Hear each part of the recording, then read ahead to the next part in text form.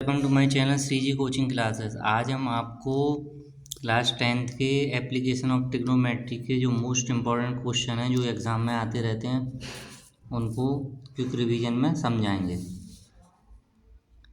10 metre ऊंचे भवन के शिखर से एक केबल टॉपर के शिखर का उन्नयन कोण 60 डिग्री है और इसके बाद का अवनमन कोण 45 डिग्री है।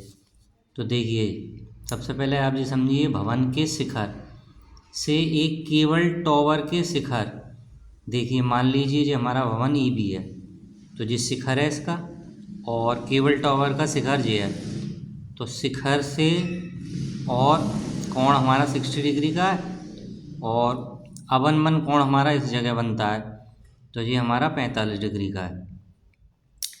तो ये पाद है तो इसका 45 डिग्री है।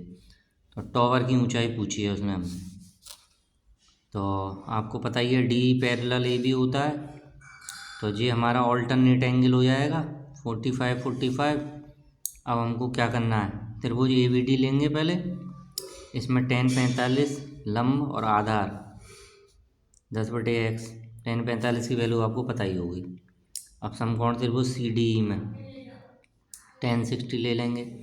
अगर पूरी हाइट हमारी h है तो इसमें से अगर tan घटा देंगे तो ये h - tan हो जाएगी। अब बस हमें कुछ नहीं करना, इसमें वैल्यू पुट करके आंसर निकाल देना। ये बहुत अच्छा क्वेश्चन है, पेपर में आता रहता है। एक बार और इसको समझ लीजिए। 10 मीटर ऊंचे भवन के शिखर से एक केबल टॉवर के शिखर का, यानी कि भवन का शिखर और टॉवर का शिखर, तो देखिए भवन का शिखर ये है और टॉवर का शिखर ये है, तो इस तरीके से, और अवनमन हमारा ये है। क्षैतिज तल पर स्थित मीनार की परछाई सूर्य का उन्नयन कोण 60 डिग्री से बढ़कर 30 डिग्री होने पर 40 मीटर बढ़ जाती है। मीनार की ऊंचाई ज्ञात कीजिए।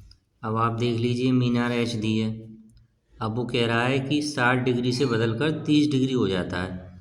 तो अब आपको अगर कन्फ्यूज हो कि 60 कहाँ लिखें, इधर या इधर, तो हमेशा ध्यान रखना कि जो एंगल बड़ा होगा वो इधर आएगा और छोटा एंगल इधर आएगा। तो 60 डिग्री और ये 30 डिग्री, 40 मीटर बढ़ जाती है।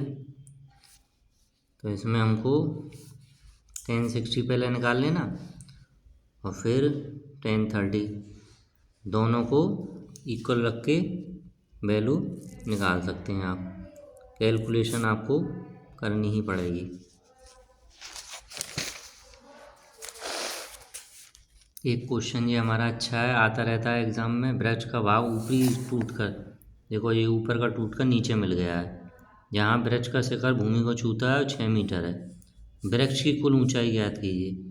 तो अगर हम इस लंबाई को पता कर लें तो जो हमारा ऊपर का जो हिस्सा है वो टूट कर ही तो गिरा होगा। अगर मान लो मैं y की वैल्यू फाइंड कर लेता हूँ तो ये ऊपर वाला हिस्सा आ जाएगा, और ऊपर वाला हिस्सा आ जाएगा, फिर हम इससे इस वाले हिस्से को पता कर सकते हैं, इस वाले एंगल से।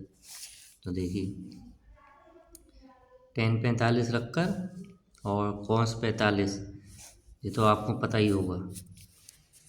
इसमें ये क्वेश्चन हमारा थोड़ा बहुत मोस्ट इम्पॉर्टेंट है और एग्ज़ाम में आता भी रहता है।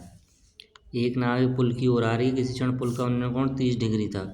नाव की उसी चाल से 4 मिनट चलने के पश्चात पुल का, अब हमने आपको बताया था कि जो छोटा कोण है वो इधर आएगा, बड़ा इधर आएगा।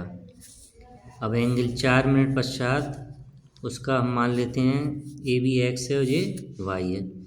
तो tan 60 बराबर रख दी हमने और tan 30, दोनों को हम इक्वल रख देंगे तो वाई आ जाएगा हमारा 4 मिनट, और उसमें हम 2 का भाग दे देंगे तो 2 मिनट हो जाएगा। एक क्वेश्चन हमारा ये 5वां ही बहुत इम्पोर्टेंट है। भूमि के बिंदु से 10 मीटर शिखर का उन्नयन कोण 30 है। भवन के शिखर पर एक ध्वज को लहराया जाता है। ये ऊपर हमारा ध्वज है। पी से ध्वज के शिखर का उन्नयन कोण, पी से ध्वज का शिखर जे है और इसका उन्नयन कोण 45 है। तो लंबाई पूछ रहा है वो हमसे, तो बस एक बार अगर आप चित्र बना लेंगे तो आसानी से कर सकते हैं। तो ये कुछ हमारे इम्पोर्टेंट क्वेश्चन थे, इन्हें आप करना और प्रैक्टिस करना। इसके बाद हम आपको आगे के क्वेश्चन भी इसी तरीके से कराएंगे और कोशिश करेंगे जितनी जल्दी हो सके उतनी जल्दी कराएं। Thank you very much.